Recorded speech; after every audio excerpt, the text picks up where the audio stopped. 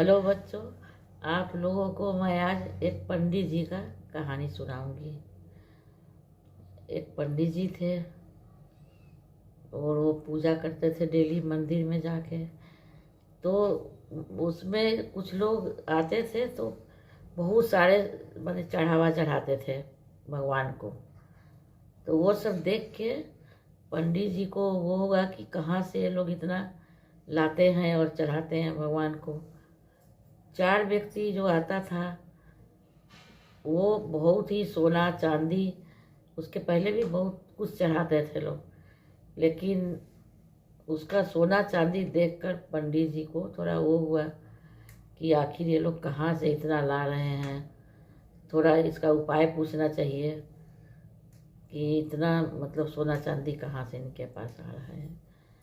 तो वो पूछे कि वो आज आप लोग हमें बताइए कि ये कहाँ से लाते हैं इतना सारा सामान जो कि चढ़ावा में चढ़ाते हैं आप लोग। तो वो बोले कि पंडित जी आपके समझ में नहीं आएगा मैं कहाँ से इतना लाता हूँ, ये मतलब आपके बस का बात नहीं है ये। तो पंडित जी बोले कि नहीं, तुम मुझे बताओ आज कि कहाँ से लाते हो। मुझे भी वही उपाय करना है जो, क्योंकि पूजा में कोई मतलब बेनिफिट नहीं मिल रहा है, कुछ नहीं है इसमें, नहीं मिल रहा है। तो मैं भी सोच रहा हूँ कि जो तुम लोग करते हो वही मैं भी करूँगा, मुझे उपाय बता दो। तो पंडित जी बहुत मतलब कहने के बाद वो आदमी जो था तो तैयार हुआ कि ठीक है चलिए आज मैं आपको बता देता हूँ। तो बोला पंडित जी ऐसा है कि हम लोग घर पे जाते हैं किसी के और वहीं से सामान चुरा लेता हूँ। रात में जाना पड़ेगा, 11 बजे रात में, 12 बजे घुस के और हम लोग चोरी करते हैं। कहने का मतलब ये था उसका।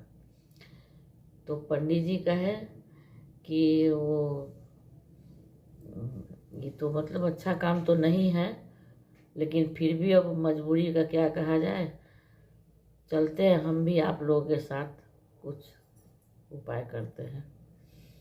तैयार हो गए पंडित जी। उसके बाद जब पंडित जी घर में गए रात में, 11 बजे रात में पंडित जी को लेके वो जो थे चारों ले गए। बोले कि चलिए आज मैं आपको बताता हूँ मैं कहाँ जाता हूँ, चलो भाई। उसके बाद वहाँ गए तो सब लोग अपना अपना सामान बटोरने में लग गए, चोरी करने में। पंडित जी सोचे कि बिना पूजा पाठ किए मैं कैसे स्टार्ट करूँ काम। उसने कहा कि पंडित जी को भी बोला कि आप भी मतलब शुरू हो जाइए सामान बटोरने के लिए, चोरी का सामान। तो पंडित जी सोचे लाओ पहले मैं भगवान का पूजा कर लूँ, और सारे लोग लग गए चोरी करने में।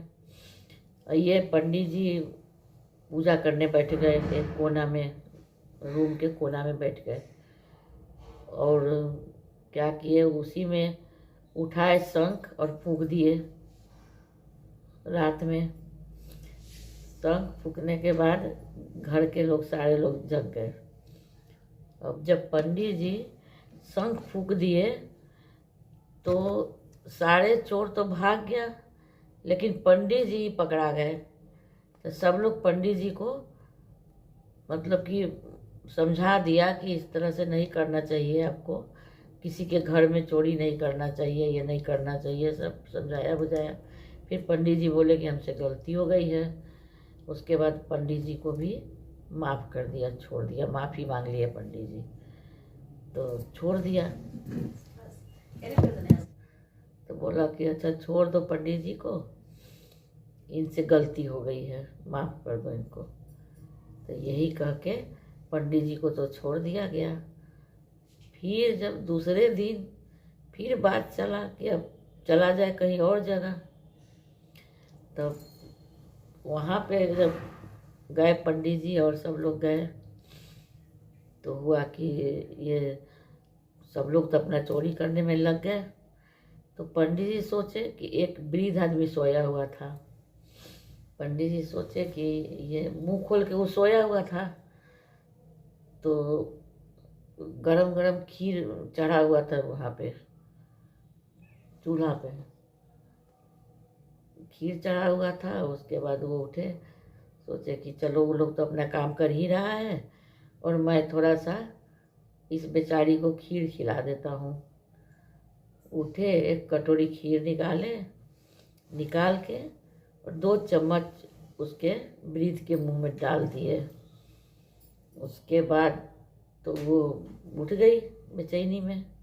अब पंडित जी मुंह में डालने के बाद, वो पहले पुराने ज़माने में वो होता था, धरन बोलते थे, जो कि घर के बीच में लगाया जाता था, उसको धरन बोलते। आजकल उसको बोलते हैं बीम बोलते हैं, जिसको आजकल के घर में जो है उसको बीम बोला जाता है। वो पहले के घर में उसको धरन बोलते थे। तो उसी पर वो पंडित जी चढ़ गए ऊपर, और वृद्ध आदमी, सब लोग पूछने लगा कि ये क्या हुआ तुम्हें, मैं क्यों ऐसे चिल्ला रही हो। तो वो वृद्ध बोली कि हम कुछ नहीं जानते हैं, सब ऊपर वाले जानते हैं। तो ऊपर वाले जानते हैं मैंने हुए जानते हैं कहने लगी। कहने का मतलब कि मुझे नहीं पता है, मैं तो सो रही थी, लेकिन ये सब ऊपर वाले जानते हैं। और ऊपर में वही पंडित जी बैठे हुए थे, पंडित जी थे। तो हुआ कि भाई देखा लो कि ऊपर कौन है, तो देखा कि वो पंडित जी ही बैठे हुए हैं उस पर। तब जाके वो उतारा लोग पंडित जी को। फिर बोला कि ये क्या किए आप, पूरा मुंह जल गया उस वृद्ध आदमी का, मुंह जला दिए। और फिर पकड़ गए पंडित जी, और चोर लोग तो खैर पिटाया ही। ये सब तो कहानी है।